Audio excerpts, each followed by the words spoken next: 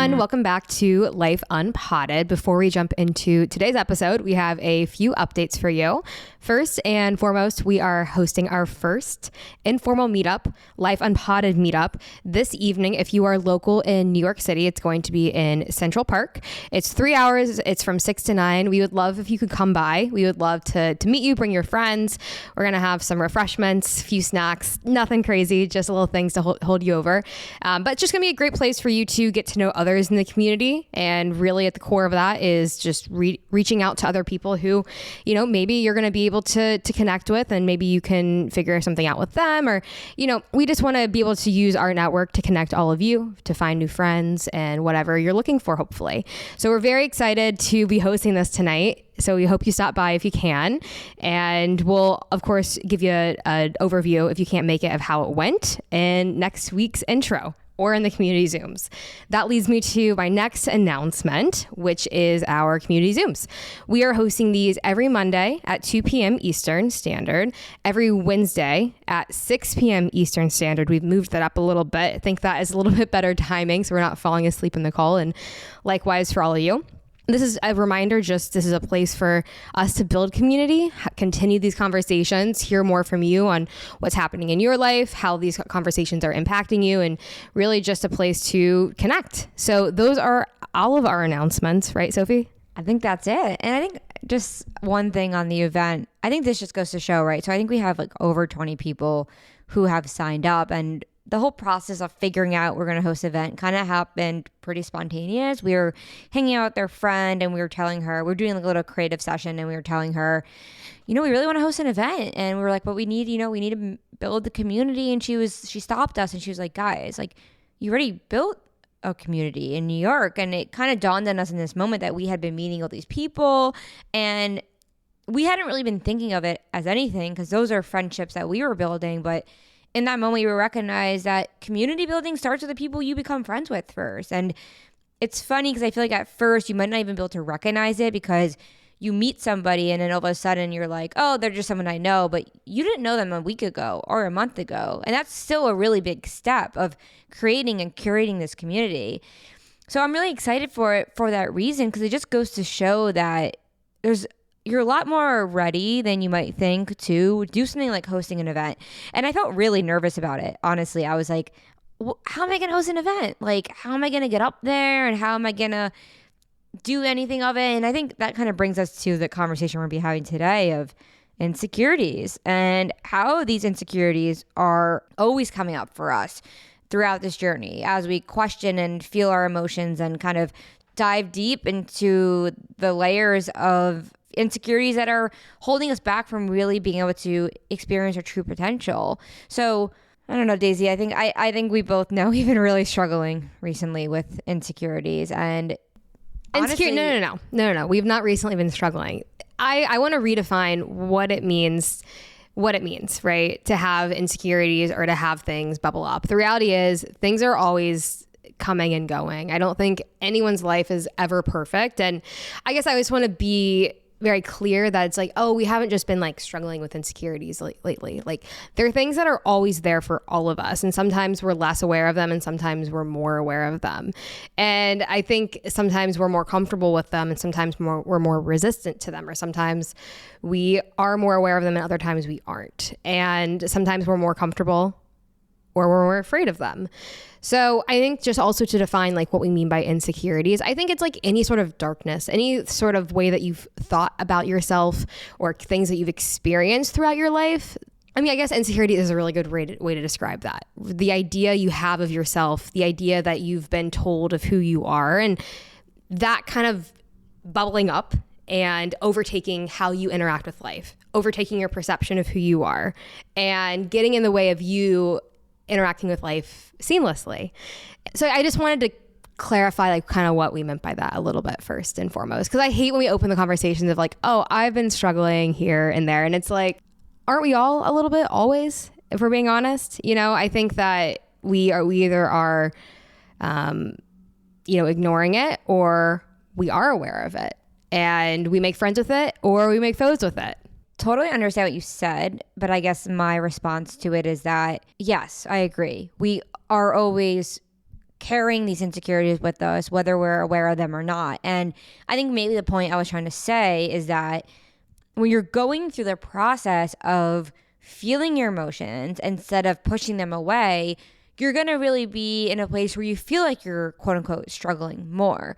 So what I was trying to say with that opening was just that, like, I have been feeling insecurities on a very, very, very painful and deep level because I have pushed those away my whole life. And this is something I think we just have to explain throughout the conversation of kind of what I mean by this. And this is a large result of that trip with psychedelics and how it brought everything up. And, you went on this retreat and I was feeling so great afterwards. And then it's kind of like the reality of it is, but you're still processing all of these emotions that you never really knew that they were there. So I think that, yes, we are always, in a way, if we're not dealing with the insecurities, they're always going to be dictating our life. So I think it's maybe more highlighting that process or that time period of your life where you say, I'm dealing with these. And then ergo, because I'm dealing with them, I feel extra hurt right now. I feel extra numb. I feel extra raw. Like I feel like the Band-Aid is just ripped off.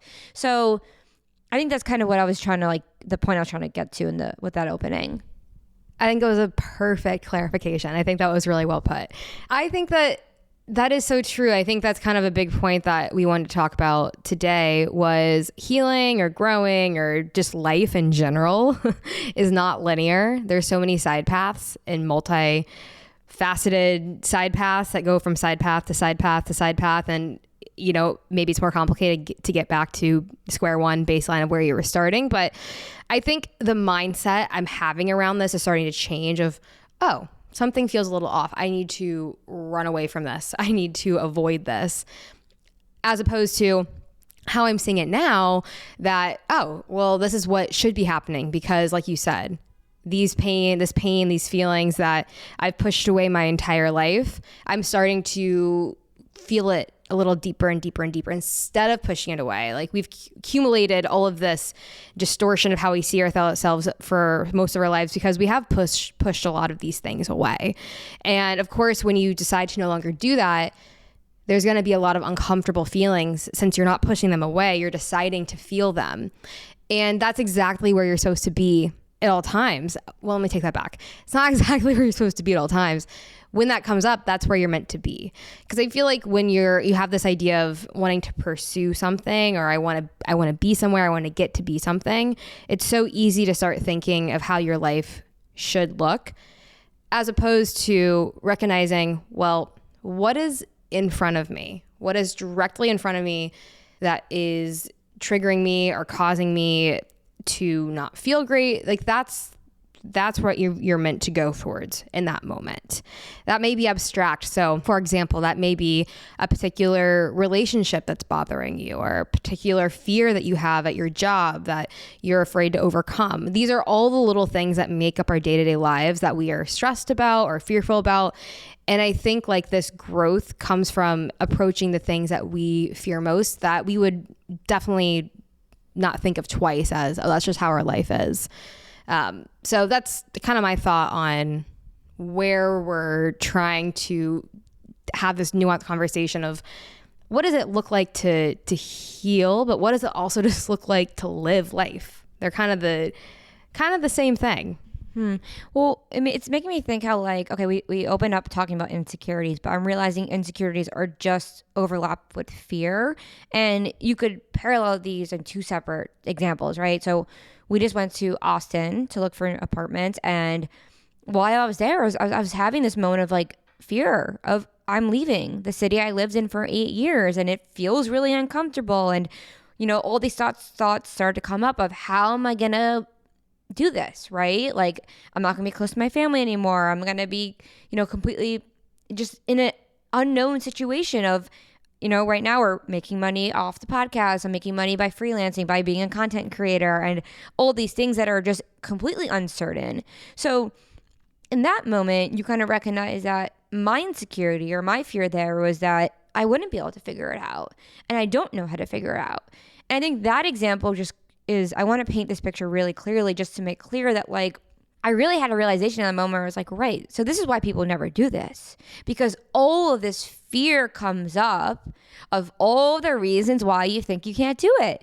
And it's also so interesting. It's like you really realize how rigid we really are in the decisions that we make. Of like, we came back to New York after looking for apartments, and I was kind of like, oh wow, I do kind of like New York.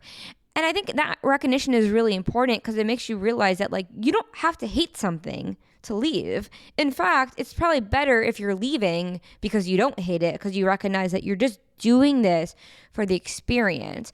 And I think to just tie this into what I was just saying, that oftentimes we don't want to embark into uncertain scenarios, whether that's moving somewhere or starting to become a content creator, because we're so scared of what it would be like to embark on that new experience. And it's interesting because that same kind of fear that came up about moving is the same kind of fear that's come up for me with posting on social media. Of it has been so I don't even know the word, but my insecurities have been slapping me in the face while posting on social media like never before. Because guess what? I'm diving in it. I'm doing it more than I ever have. I'm getting up every day and I'm saying, you know what? I'm going to just keep posting. I'm going to share my thoughts in my Instagram story. I'm going to share my videos on TikTok. And it feels so uncomfortable for a short period of time, right? And I think it's like really, I'm really realizing is that when we're going through this change or we're going through growth, we kind of are going through kind of this vortex, it feels like, of like going into this new realm that we want to exist in. And it feels like there's this energy force that pulls us back. It feels like there's this energy force that kind of pulls us back into the life that we've been living in the past. And I kind of feel like that in between space of the life you've been living in the past and the life you want to get to, there's this little bridge. And I think that this little bridge is one that can really, it's like, it feels magnetic because it feels like it's going to want to keep pulling you back. And it feels like it's like the bridge of insecurities. It's the bridge of fear. And when you realize that when you're going over this bridge, and the bridge is getting the process to move to the new city, and the bridge is also, posting on social media when that's something completely new for me. It's not that new, but in the way I'm doing it, it's still new. You realize that you're just on the bridge, right? Like there's going to come to a point where you do the thing and you're living in that city for a year and you don't even feel scared anymore. So I just think it's so important to recognize that when we're on the bridge of fear, when we're on the bridge of our insecurities, and it's like the classic, like those Pixar or those Disney movies where you see the alligators like in the trenches below the bridge. It's like if you just keep walking and you just keep going, and I would analogize those alligators as your insecurities. It's like if you just don't get stuck on them and you just keep going, you'll recognize that those insecurities and that fear was just fear. It actually held no truth in reality. But I think it's really, really, really difficult when we're going through change to not turn around and get scared and say, I'm not going to keep doing this because this feels really uncomfortable. I'm not sure if this is making sense, but I think just to recap, it's kind of, I'm really trying to get across of like, change is really uncomfortable, but you can't run away from that discomfort because that discomfort is what's going to get you to the next point that you're trying to get to. Yeah, I think that's a really good point. The fact that for a short period of time, you're going to feel really uncomfortable, and feeling uncomfortable is not a signpost to run back to how you were. And I think recognizing that this whole analogy you made of having a bridge, and it takes, there's alligators under the bridge, so you're afraid of crossing the bridge and it's scary and it's uncomfortable, but recognizing that discomfort's not bad. We've talked about this in past episodes.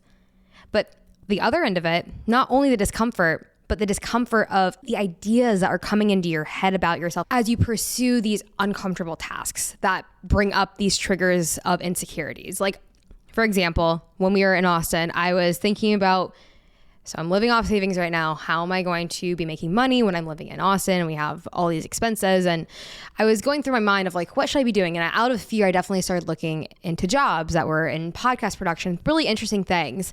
And I recognized the major insecurity that came up for me of your application's not going to get looked at because there's so many applications that are ignored left and right. Like the whole interviewing process, I feel like is just not interviewing process, but the whole job hiring process.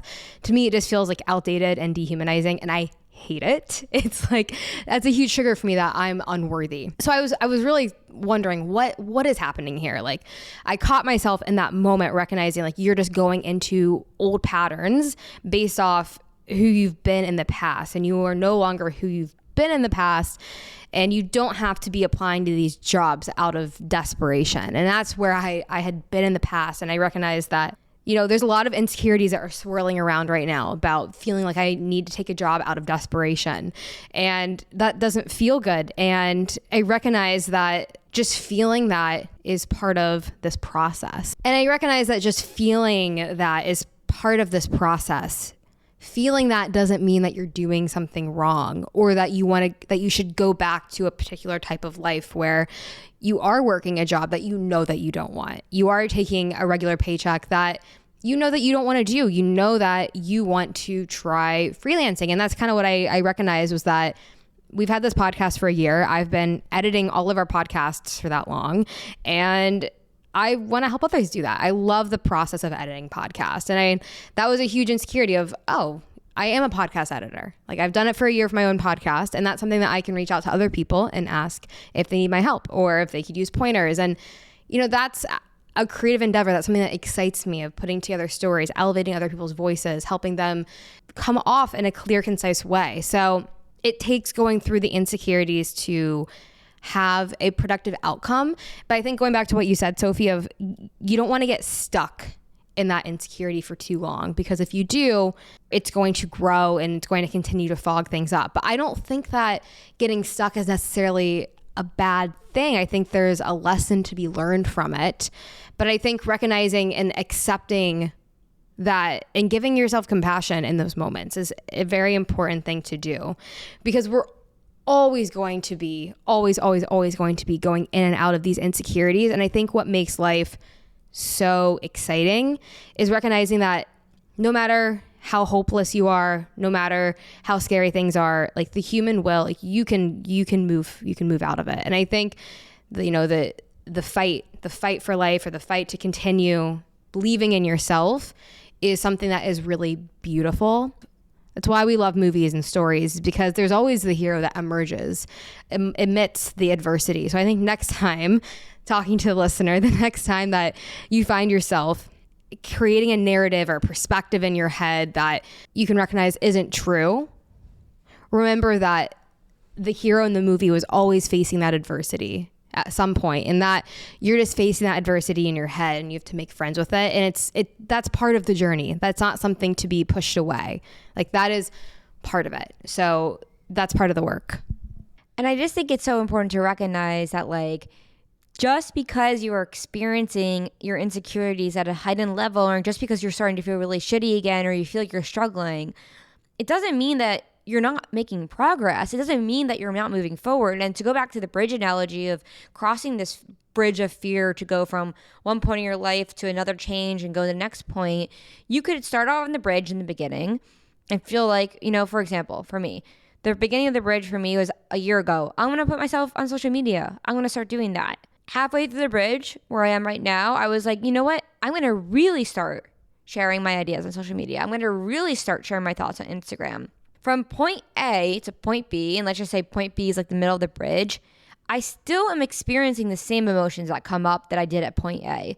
That doesn't mean that I'm still at the beginning of the bridge. It doesn't mean anything about that. And I think that this is so important to recognize, is because it's like when you're going through the journey of making changes and you start to feel shitty again, it's easy to feel like, I might as well give up. Oh, what am I even doing? What is the point of all this? I'm never going to get to where I want to be.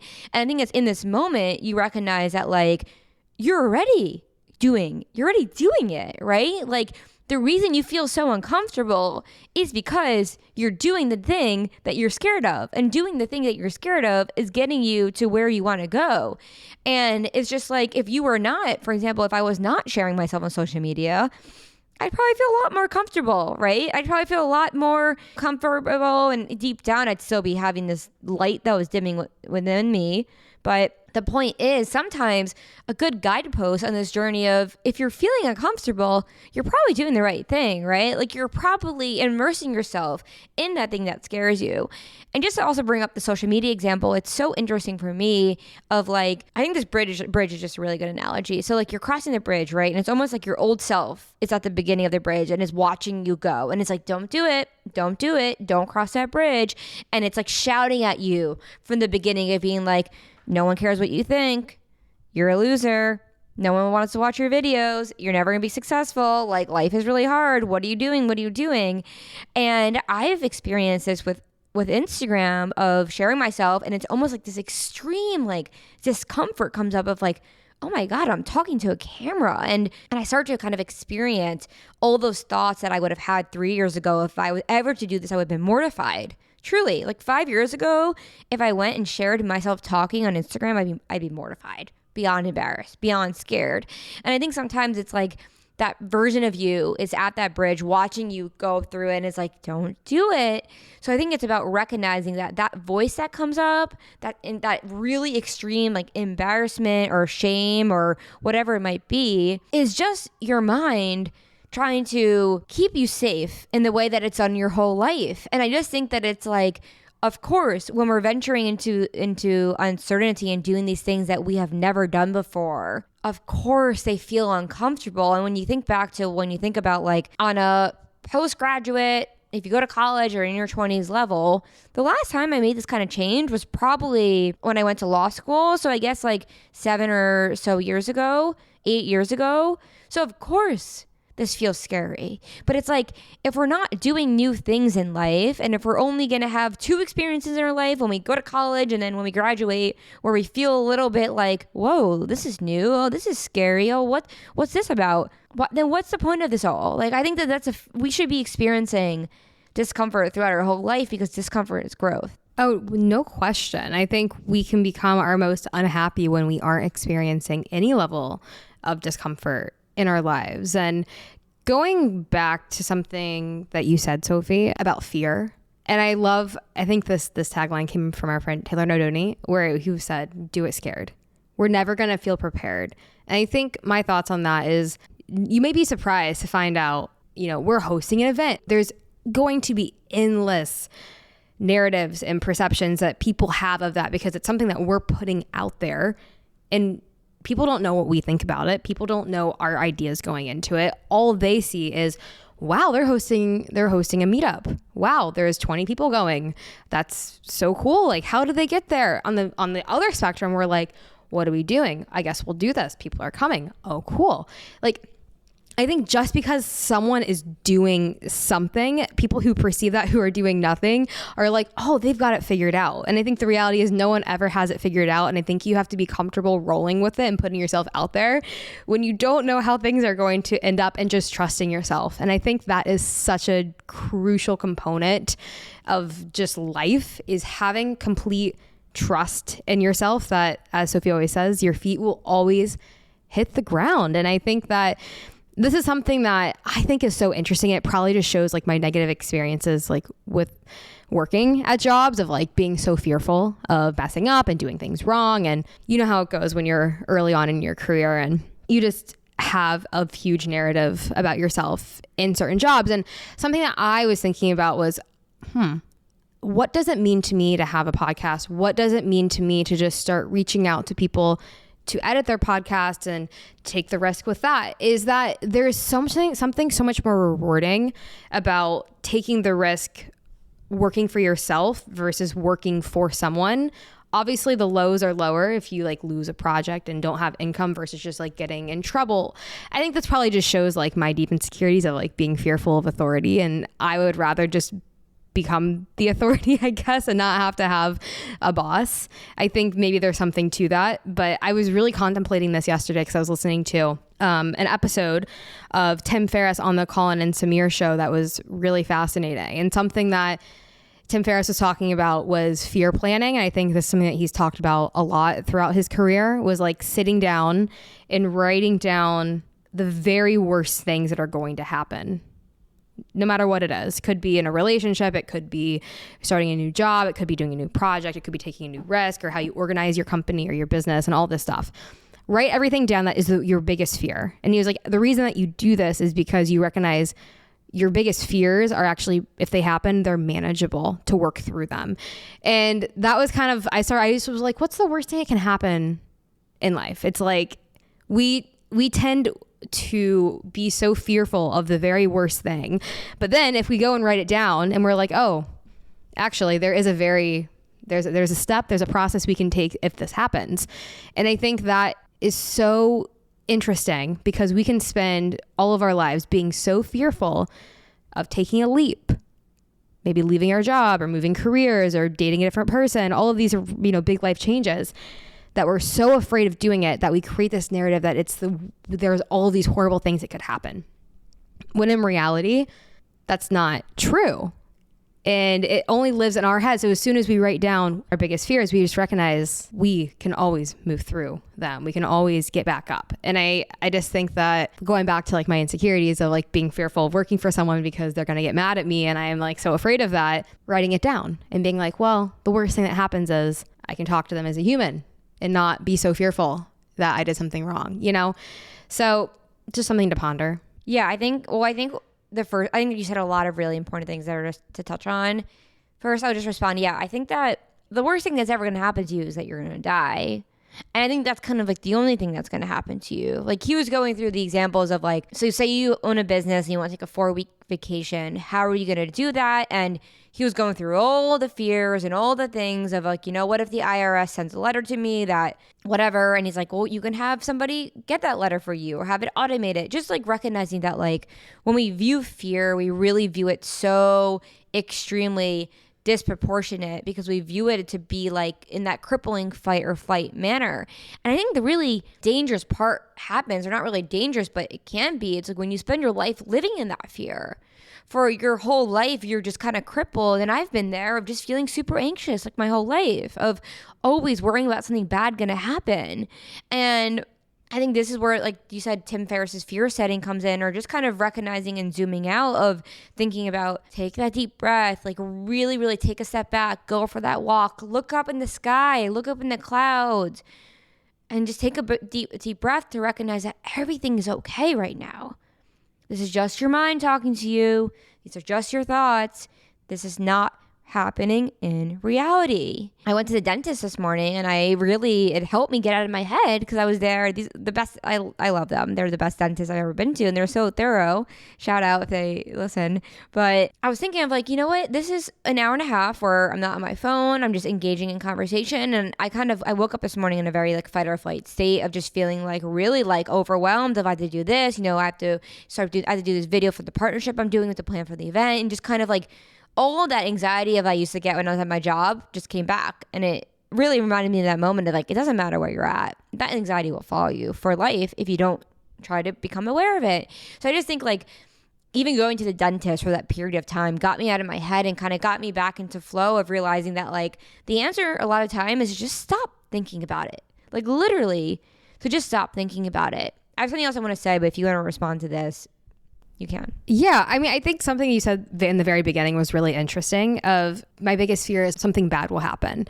And I thought, well, what if something quote unquote bad needs to happen? What if your life is changed by your biggest fear coming true? That's your biggest fear may not actually be bad. It could set you free. Just a thought, right? Because we don't really know what's best for us because we don't have certainty no matter what it is. And sometimes I think what we want is to control the certainty we have in our lives. And if that gets wrecked, well, we respond by saying my life is ruined, or you respond by looking at it and being like, oh, actually, maybe I can do X, Y, and Z instead. And I think that's really the whole mentality of just like that whole podcast with Tim Ferriss of entrepreneurship. You're really just gambling that you'll be able to figure it out. And isn't that what life is about, That was extremely profound what you just said, that what if your biggest fear sets you free? Like, let's really think about this. Like, what if the worst case scenario sets you free.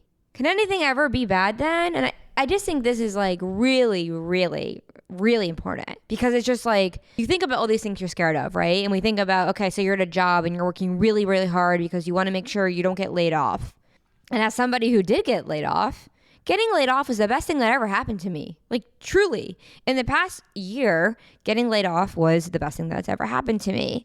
And I just think that, like, at one point, clearly in my subconscious mind, that was one of my biggest fears, because as it was happening, even though I still had all these plans of moving on, I still felt really anxious. So it just shows that, like, we're almost not aware of all these fears that we have. And a lot of times these fears that we have, if we experience the quote unquote worst case scenario of you get fired, or you have to go get a part-time job somewhere, or you have to go figure it out. What if that part-time job is where you meet that person who gives you a sponsorship for the podcast you're growing? It's just like, this just really, I think, goes back to it, like, what is bad? Yeah, I want to bring it back to, what if your biggest fear is what sets you free? And I think that is really a mentality of, maybe call it scrappy or hustle, call it, whatever you want to call it.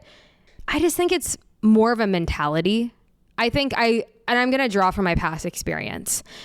The things that I liked about, like, my first job that I had out of college, or my second job I had out of college being in New York, is that me thinking the person I was not facing any of the insecurities I had in my head. I was in pure avoidance all the time, all the time. So what made me happy was my commute to work, getting a coffee, getting a pastry, really focusing on what are the fun things I can take from this. Really, that's all it was. It was like, okay, well, now how can I make more money? And how can I get a raise to do that? And not really putting the actual work in on myself. So of course that became apparent in the circles I was meeting at work, and the friends I was meeting at work, and the relationships that were coming to be. I wasn't doing the work on myself. So everything around me seemed to be somewhat shallow, because that's all I allowed myself to do, because I was avoiding everything. And I think it's so easy. And like, when you do have a comfortable paycheck, I'm not saying that having a comfortable paycheck is ever the wrong thing to do. I'm just drawing from my experience of how that allowed me to become so comfortable in just living my life the way that I was in this period of time, because I was avoiding all of my biggest fears. And every single time I got laid off, or the time I left my job, like, I think you have to have the long-term vision of your life, of where will I be? How will me getting fired or whatever affect me 10 years from now? Maybe it's the best thing that can happen, because it forces you to do more work on yourself and to question things. I think when, quote unquote, your biggest fear happens, and that can vary from like difficult things to really, really dark, deep things, right? Your biggest fears. But I think the way that we mean that is that it's really just this mentality of always being willing to see a different perspective. And that doesn't mean that it's not going to be easy. Or it's not saying I wish that everyone faces their biggest fear, because that's not necessarily what I mean by this. I mean that if your biggest fear happens to you, maybe there's something that you can learn from that.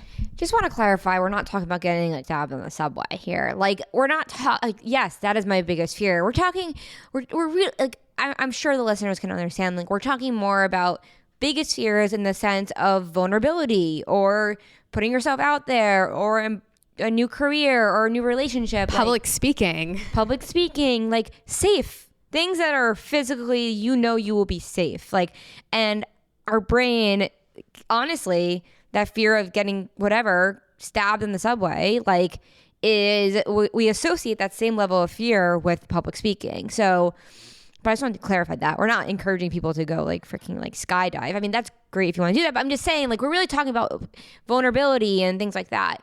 But I remember I was listening to a Mel Robbins podcast, I think a few months ago, and she was talking about, don't remember her name, but it was this lady who wrote that book. Do you remember her name? No, but this is a really great story.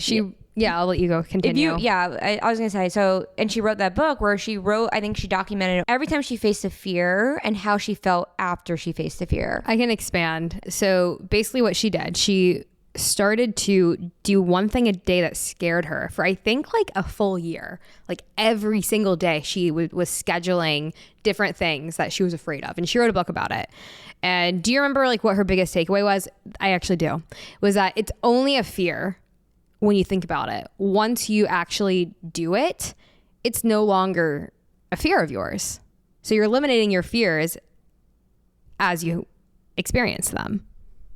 And I think that's exactly it, right? It's like a fear is just, I want to redefine it. It's in my definition, it's like a fear is just something you haven't done yet, right? Because once you've experienced it, you're no longer scared of it. And we don't realize, and Taylor Nardoni brought this up in his episode, like the things you were scared of in 7th grade, okay, I'm actually I was still scared of them, I realized, while posting on social media, people judging me and blah, blah, blah. But crossing the street, something like that, like these things that we were so scared of, they were just unfamiliar.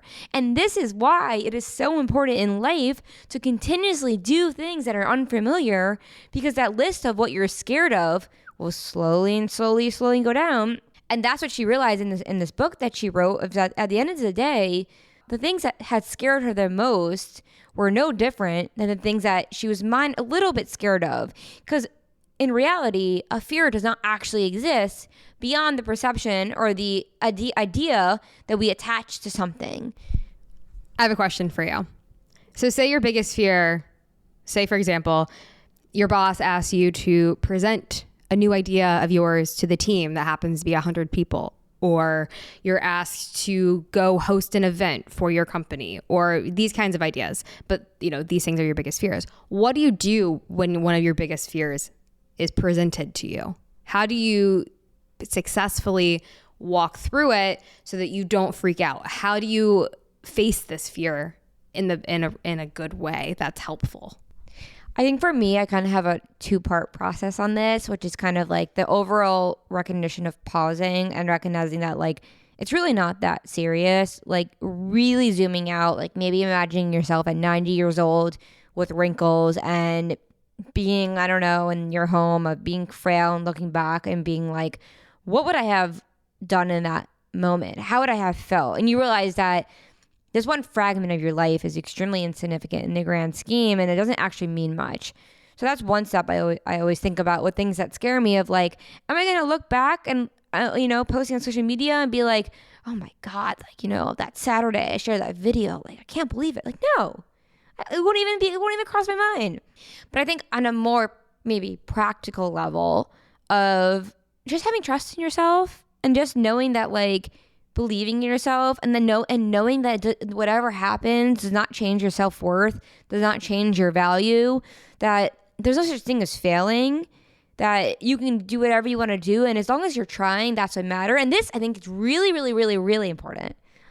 What you said earlier of like, everybody's scared. Barack Obama is scared when he gets up and gives his presidential speeches. Hearing Tim Ferriss, who has like billions and billions of downloads on his podcast, is like, extremely successful, was asking Colin and Samir, who are these guys who are like our age and, they're not. Fact check, they're not. They're older. Who are asking Colin and Samir, who, are YouTubers and also have a podcast. And he was like, do you guys plan for your podcast? Like, I have to always plan. Like, I get super nervous. And there you go. You may have billions of downloads. You may be a billionaire. You might have a company. All we're ever seeing on the outside is that. We don't know how nervous the people really are. And I just think that this is so, so, so important to recognize, because if we're always striving to be 100% confident, if we're always striving to not be fearful, we're going to run away. Because you could be, like, we're hosting this event, you could get up there and do it scared. And a little note. So this woman who wrote this book, one of her fears was public speaking. So she did a bunch of public speaking, but basically she's now on tour with her book, promoting it, giving speeches.